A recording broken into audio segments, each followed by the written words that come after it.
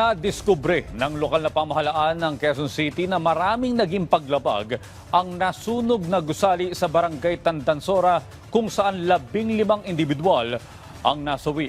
Napagalaman na may pagawaan at imprentahan ng damit sa loob ng gusali. Lumalabas sa investigasyon na hindi diniklara na may-ari ng pasilidad ang kabuuang sukat ng lugar na pinagtayuan ng negosyo. Hindi rin ito idiniklara ang kabuuang bilang ng mga empleyado. Napatunayan din na walang building permit ang ipinatayong 3 palapag na gusali. Tiniyak naman ng Quezon City LGU na magsasagawa sila ng internal investigation para matukoy kung may pagkukulang din ang ilang opisina ng pamahalaan sa insidente.